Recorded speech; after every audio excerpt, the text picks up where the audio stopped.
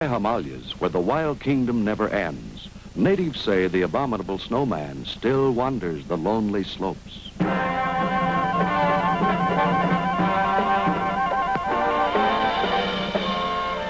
Mutual of Omaha's Wild Kingdom is presented by the company with coverage for everyone. The greatest name in health insurance, Mutual of Omaha.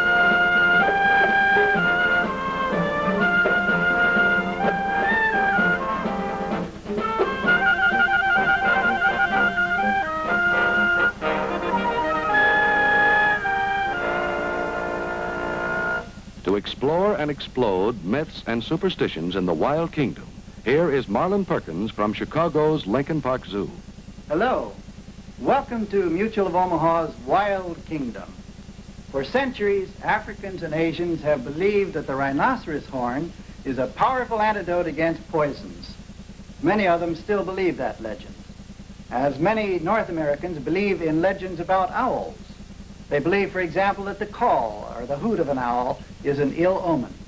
And they also believe that because owls face you and watch you and will turn their head when you move around them, that if you go clear around them, you can cause them to wring their own neck. Here's an American great horned owl. Let's see. They turn their head because they can't turn their eyes. Now, watch closely. That's the action that most people have missed, the fact that they will turn their head back again very quickly. Yet many people still believe the legend. Just as the caveman who drew the original drawing on his cave of these mammoths believed in legends too. He believed that to draw a picture of an animal gave him some power over that animal. And between his time and our time, many legends and superstitions have appeared and disappeared. But there are still today many legends in our language and in our beliefs, like the one of Mr. Mouse.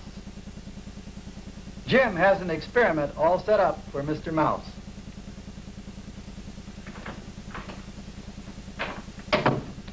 Elephants have... That's talking, Mogo. He knows you. Yeah, elephants have inspired many legends. One of them is that they're very much afraid of mice, afraid they'll run up inside their trunk. You think Mogo's going to be afraid of our little mouse here? Well, I don't know, but you know, Mogo weighs about 200,000 times what the mouse does. So I don't know. I think it's sort of wishful thinking. Let's see. Oh, Mogo, you may not like an unfamiliar object around, huh? Mogo doesn't panic anyway. Put it on top of his head, see what happens. Tickle a little bit, Mogo, huh? He doesn't seem to be too afraid, does he? Not so much. Maybe he tickles a little. About all. Yeah, well, that brings up the question of how do these old legends get started? Maybe somebody saw an elephant actually frightened by a mouse one time and decided that all elephants were afraid of them. But more likely, I think, they may have seen an elephant startled suddenly by something and thought that it was a mouse nearby had been responsible, when actually it could have been a fluttering newspaper that they didn't even see.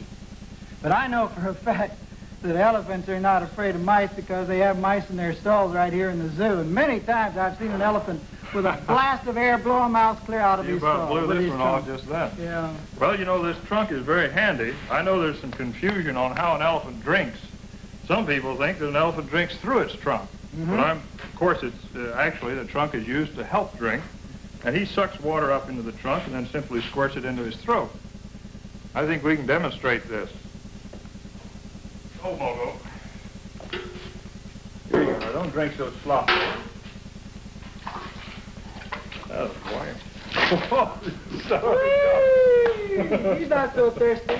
That gives you a pretty good idea of how they drink, all right, doesn't it? That trunk's handy for a lot of things. They fill up their trunk and then they squirt it either in their mouth or all over themselves, and us too. Well, Jim, I think it's time to take old Mogo and his little friend the mouse back into the other part of the zoo. The keepers will help you over there, and then join me over there at the vulture, will you? Okay, come on, Mogo. Bye, Mogo. Here we go. Out the door.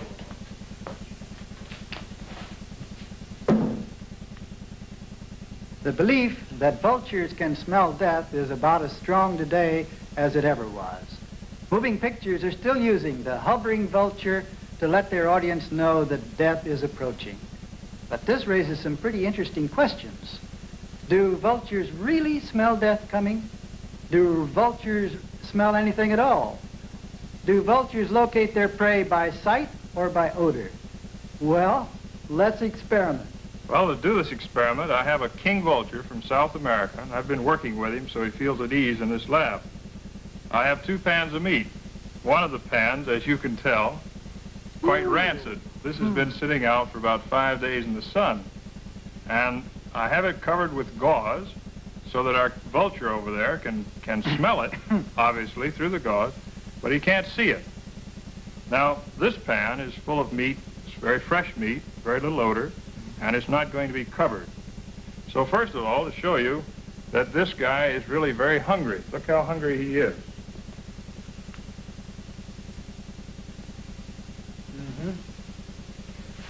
Here, you can have it all. Now, the first experiment is to try the pan with the gauze on it. Let's see if there's any reaction at all. Boy, if she can smell that like I can, there should be a reaction. I don't understand why she can't smell it. Okay, that's negative. You hold that. Now, let's see the reaction when I put down some meat that's fresh, but no odor to it, but she can see it. Well, that's a pretty fast reaction. Very fast. I think in this case, Marlin, it looks like this bird used sight and not smell to find this meat. Yeah, Jim, but what's that going to do for all those wonderful Hollywood movies that show the hero staggering across the hot sands with the vultures hovering overhead? Well, I think we underestimate the sight that a vulture has. From 5,000 feet, when this bird's flying over its territory, it can sight animals that look a little bit peculiar in their behavior. For example, an animal that's sick or wounded, one that's falling behind a little bit in the pack or the group. And these are smart enough to predict the actions of an animal by what they see when the animal's going to die, so they simply wait for it. Well, the legend is almost true then. They see death approaching rather than smell it.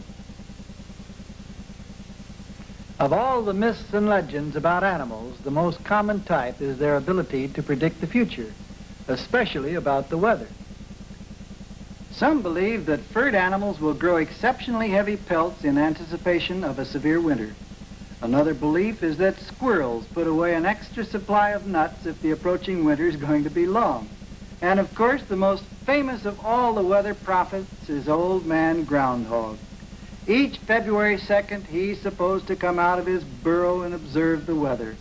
If he sees his shadow, he decides that spring is still 6 weeks away, and so he crawls back down in the hole to go to sleep again. What about all these superstitions? Well, I've checked the Weather Bureau records year after year, and I find that there's absolutely no scientific connection between any of these animal activities and the actual state of the weather. This is a rare albino groundhog. Neither he nor any other animal can predict what the weather's going to be. They can't make any better predictions about the future than you or I can. Jim, if you could predict what was going to happen to you within the next 6 weeks, do you know what might be one of the very first things you'd do? Oh, I guess not. What? Well, you'd call your Mutual of Omaha man and have him put your health insurance program in shape. You're about the healthiest looking fellow I know, but you're not immune to unexpected sickness or accident. And neither is anyone else. Every day we're reminded that it can happen to us. But then, like the groundhog, we go to sleep and don't do anything about it. I've seen the financial hardships that come when the breadwinner can't work for a long period of time. That's why I urge you to get the kind of health insurance that not only helps pay the medical and hospital bills, but can provide you with a regular monthly income until you can go back to work again, even for a lifetime. Mutual of Omaha Income Protection Insurance can provide you up to $500 a month as long as a covered sickness or accident keeps you from working. And it has a lifetime benefits feature. So you can't count on the predictions from our little friend the groundhog, but you can count on Mutual of Omaha when you're sick or hurt and really need help. And remember, the renewal safeguard feature in your policy protects you against cancellation due to changes in your health or the number of times you collect benefits. See your Mutual of Omaha man tomorrow. He represents the company with coverage for everyone, paying out more than $3,300,000 in benefits every week. Nearly everyone believes you can charm a snake with music. Things going all right, Jim? Yeah, I've got the cobra in the basket. I'll go on out and get the lamp set up.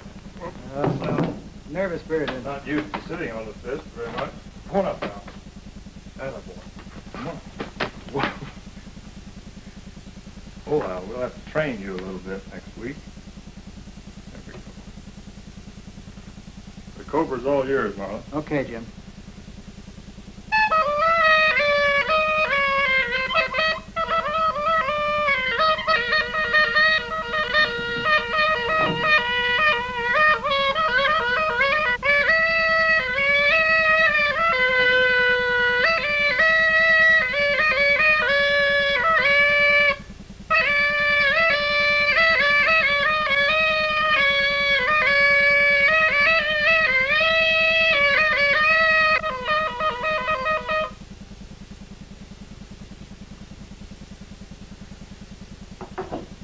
Well, seeing is believing, I suppose.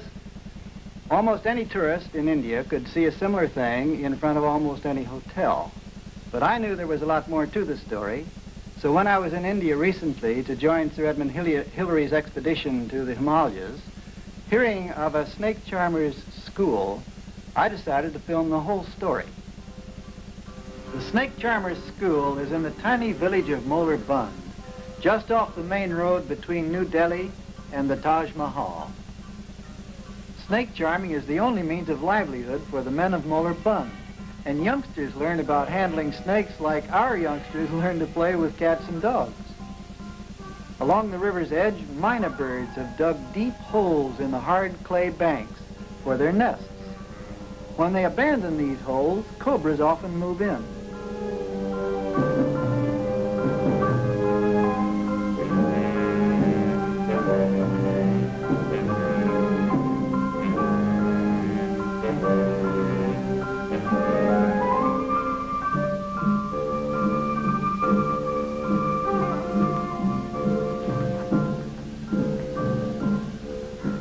Back in the village at the elder's home, another lesson begins.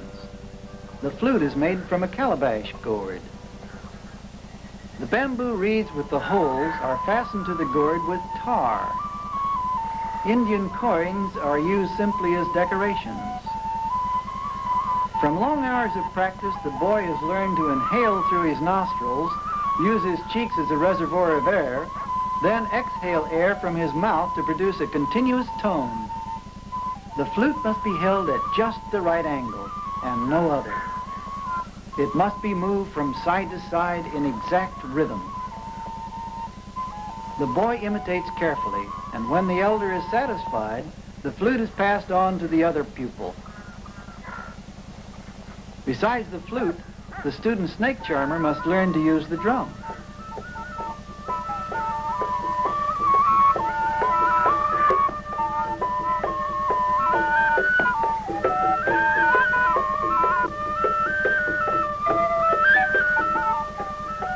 The rhythm, the melody, and the movements must all be mastered before the cobra itself is removed from the basket.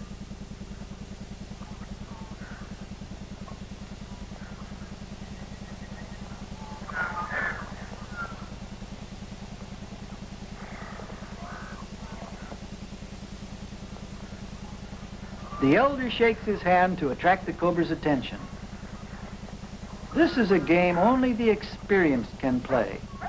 A snake charmer isn't allowed many mistakes.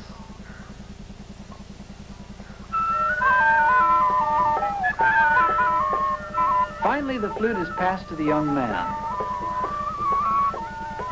The elder warns him again and again to keep his eyes on the head of the snake. For centuries, from father to son to grandson, the men of Molar Bund have passed on the secrets of snake charming. And from this tiny village, they move out in all directions to perform an art perhaps as ancient as India herself.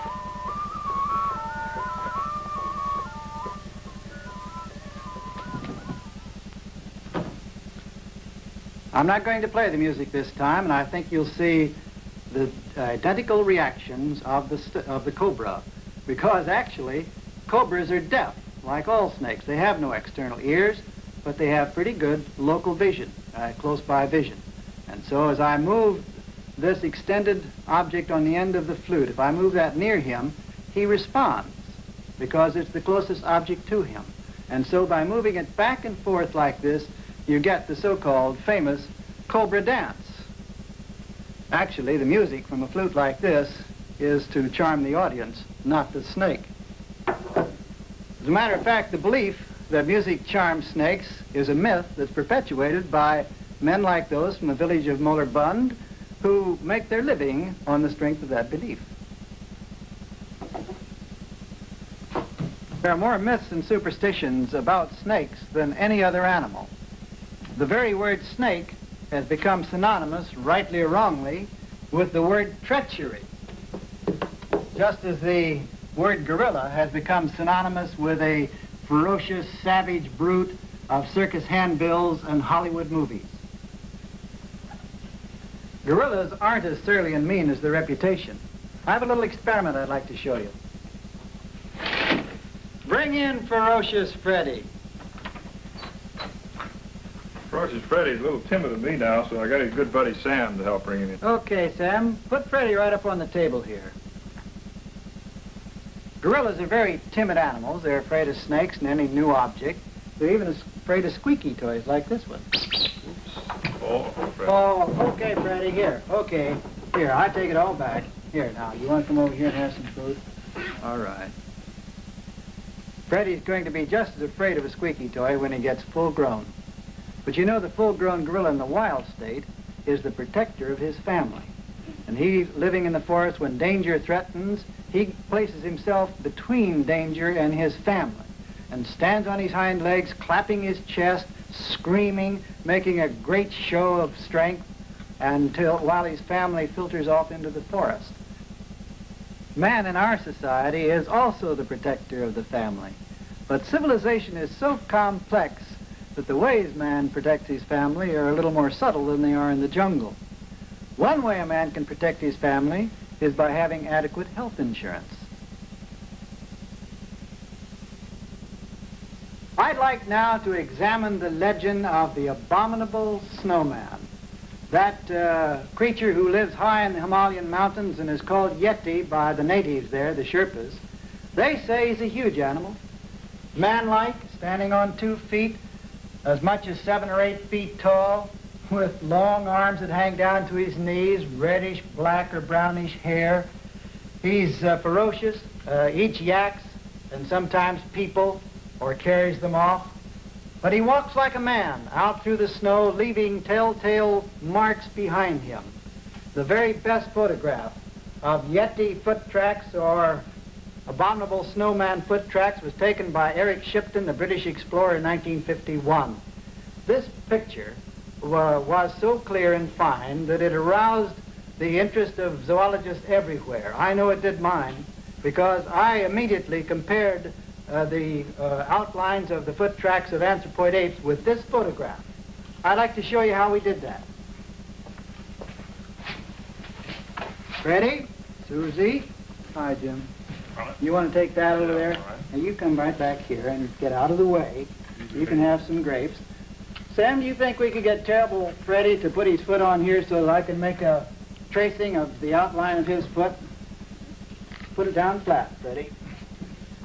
And right in the middle here now. Hold it still. This won't hurt. Very painless operation. Just take a grease pencil and go around the toes, around like this, clear back to the heel. Hold it, Freddy. I'm not quite finished. Well, I'll have to come right down like that. Anyhow, here is the kind of foot track we're talking about, a tracing. And we have them already traced out there on a clear plastic sheet. Jim, do you want to compare that photograph with the one of the gorilla there? Come here, Susie. Come here, Susie. This is the gorilla. Yeah, the lower one. Mm-hmm. Well, that's not very close at all. Doesn't match up, does it? Try it with a chimpanzee now. Both of these anthropoids are from Africa, a long way from the Himalayan mountains. That's not very close either. No, I guess No. it's not a chimpanzee. Susie, either. that isn't you. No, Susie, I guess it wasn't you after all, or any of your relatives. So the World Book Encyclopedia sent an expedition high into the Himalayan mountains of northern Nepal, into the area of the haunts of the snowman. And one of the objectives of the expedition was to bring back proof that either the Yeti did or it did not exist. If we couldn't find a snowman, or if we couldn't even bring back a picture of one, what bits of evidence could we bring back that would prove the existence of these miraculous creatures? Well, there were the reports of the natives, but they're hard to verify. And then there were the foot tracks. That was a pretty good bet. We might come across those. And then there were the 2 scalps that they had in the villages near the Mount Everest region. We wanted to see those and find out what they were. We continued to look for the foot tracks in the snow, and finally we found them within 3 miles of where Eric Shipton had found his. Our Sherpas all said that these were certainly Yeti tracks, the best Yeti tracks they'd ever seen. We followed this line of tracks for over a mile and had the opportunity to examine them under the varying conditions of the changing slopes. It then became clear to us that a fox had walked off of a sloping rock slide onto the snow and had made all of these tracks. No other animal had broken the snow in this area. Where the sun didn't shine on these tracks directly, they were obviously and clearly the small tracks, pug marks of a fox. But on the sunny slopes, they gradually changed into Yeti tracks, and no 2 of them were alike. This track looked like the impression of a mitten. That same track is now compared with the foot track of a large boot. This track was just a kind of a blob in the snow without any very direct shape at all. Here was one that had the indications of a heel, an instep, and some toes. Here then was a dramatic suggestion that the sun in some way changed fox tracks into Yeti tracks. But how? There's a possible explanation in a principle known as ablation, during which moisture actually evaporates directly from the snow before water forms. To show how 4 fox tracks can form into one abominable snowman track, here is a series of pictures. A fox walks over the slopes, leaving his footprints behind. Those tracks that are left in shadow remain fox tracks, but those that are exposed to the sun are changed. Let's look at one set of 4 foot tracks. This is how they would look immediately after a fox had made them. Under the heat of the sun, the snow between the individual toe marks of a single print gradually evaporates until each footprint becomes an irregular impression in the snow. Ablation continues until all 4 of these footprints join into a single depression. Where the sun strikes most directly, toe-like extensions develop until finally a shape like this is formed, a shape the natives call a Yeti track. I'm sure Yeti tracks can be made by foxes, wolves, and other animals. But what about those famous Yeti scalps? We saw both of them in Kumjung and Pangbochi. And after critical examination and after photographing them, we felt that they were man-made. And if man could make them, maybe we could.